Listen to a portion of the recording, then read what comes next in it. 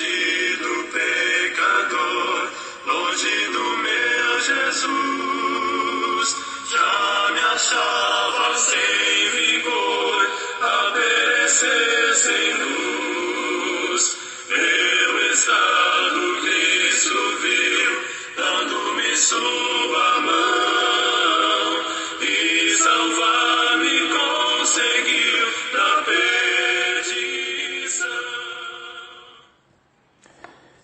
Olá, irmãos e amigos, estamos juntos mais uma vez para o nosso Café com Deus.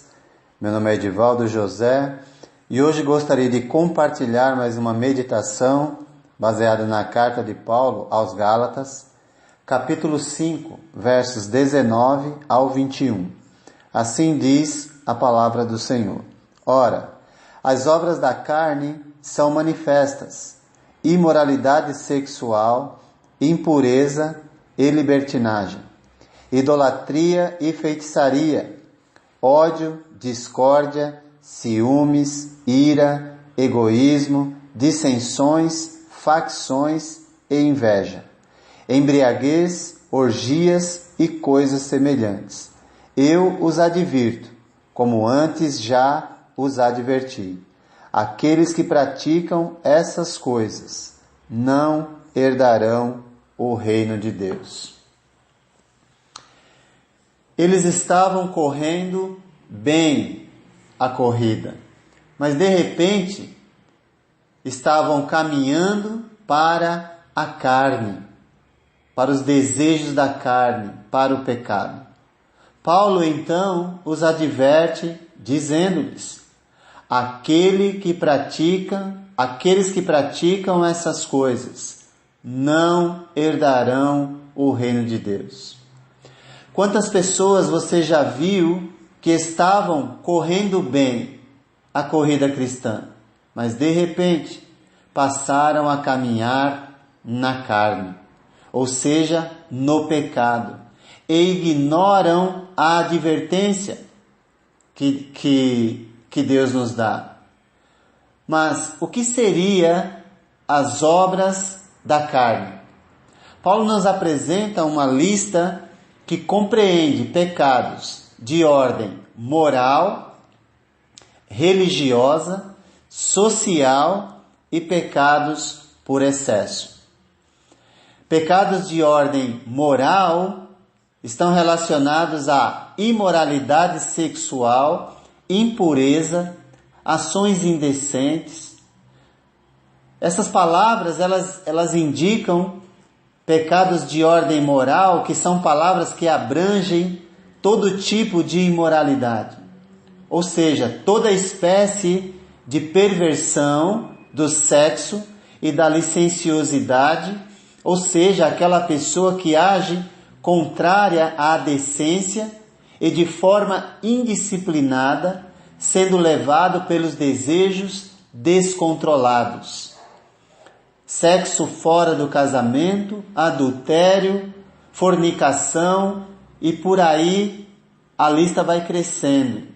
Pecados de ordem moral, desejos cultivados na mente e no coração.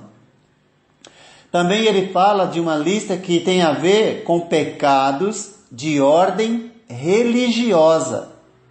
Se o pecado de ordem moral condena, pecados de ordem religiosa também. Adoração a ídolos e feitiçaria, ele menciona. A idolatria é o alicerce para todos os demais pecados de ordem religiosa. E é uma manifestação disfarçada de demônios, pois por trás dos ídolos está os demônios. É também uma estratégia do maligno para afastar as pessoas do verdadeiro Deus, onde os seres humanos criam os seus próprios deuses. Idolatria também não é somente prestar culto a uma imagem que representa uma divindade, mas também pode ser caracterizada pelo demasiado apreço ou respeito excessivo afeto excessivo tributado a uma pessoa, seja ele quem for. Ou seja, é quando qualquer coisa ou pessoa ocupa o lugar e o espaço que é devido somente a Deus. Feitiçaria é a tradução de uma palavra grega que chama farmakeia, que deu origem à nossa palavra farmácia, uma vez que as feiticeiras e bruxas manipulavam drogas em seus ritos. Por isso essa palavra veio a designar a prática da feitiçaria, da mágica, da magia, das bruxarias e de todas as formas de encantamento, práticas essas condenadas na Escritura. No Antigo Testamento, a feitiçaria era condenada com a pena de morte. Em Êxodo 22:18 nós podemos ler isso. No Novo Testamento, é punida com a pena de morte eterna, afastamento de Deus eterno.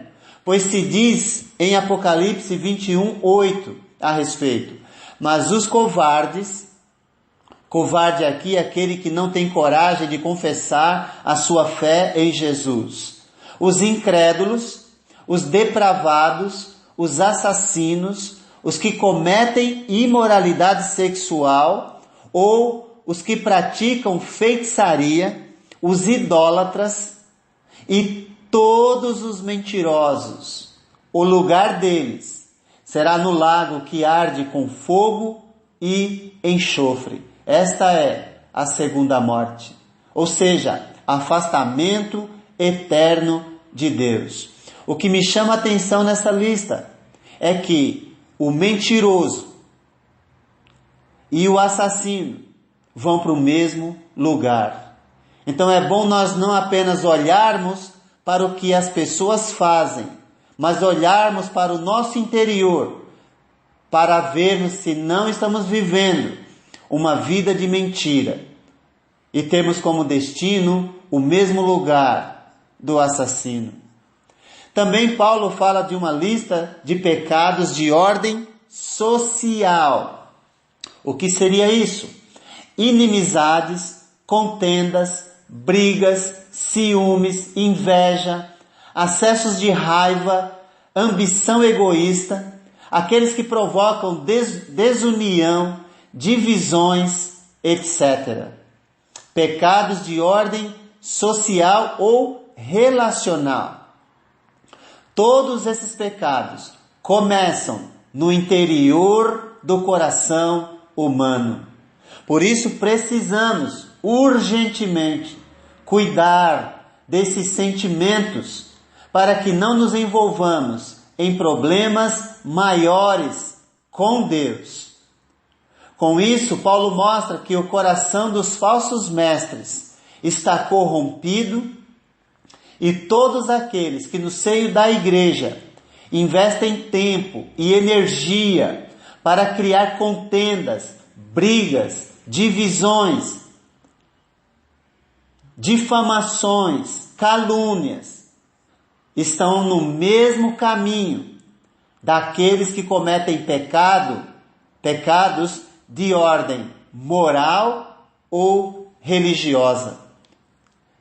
Também há alguns pecados caracterizados por excessos, bebedeiras, farras, glutonarias, aquele que come e não pensa em ninguém, só nele, e outras coisas parecidas como essas, levam ao mesmo destino, o afastamento eterno de Deus.